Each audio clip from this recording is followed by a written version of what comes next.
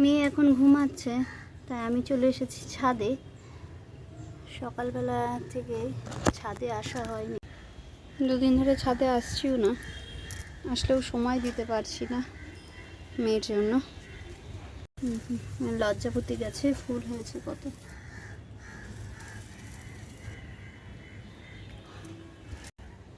সেদিন কত মশাই এনেছিল জুঁইটা।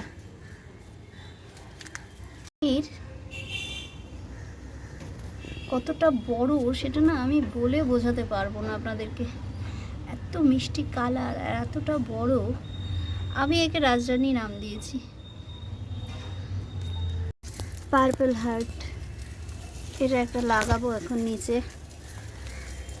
এখানটায় হয়ে রয়েছে, এটা নিচে লাগাবো।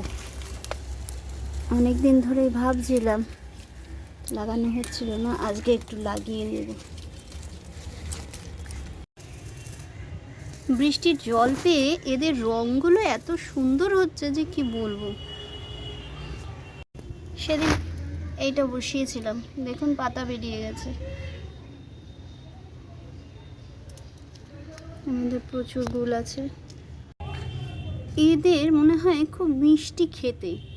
প্রত্যেক দিন না এইভাবে ডালগুলোকে ভেঙে রেখে যায় পাখি এসে, আবার পুঁতে পুঁতে লাগিয়ে রাখি সব।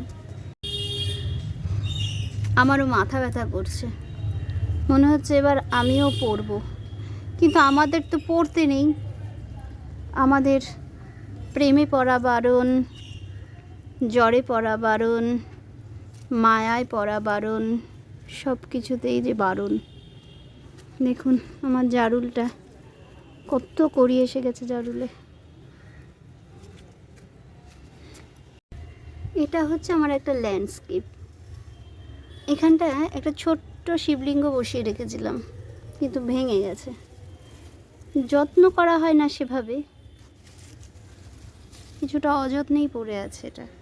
এই দেখুন আমার আরও একটা ল্যান্ডস্কেপ। এগুলো সব কর্তামশাইয়ের বানানো।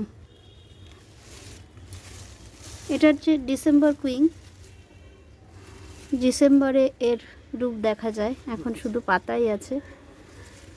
ডিসেম্বর কুইনকে অনেকে শিবফুল বলে, অনেকে কেতকী বলে। এটার মধ্যে একটা ব্লু ডেজি ছিল, সেটা না মরে গেছে, তো এটার মধ্যেই লাগাবো আমি পার্পল হার্টগুলো, যেমন এগুলো আছে।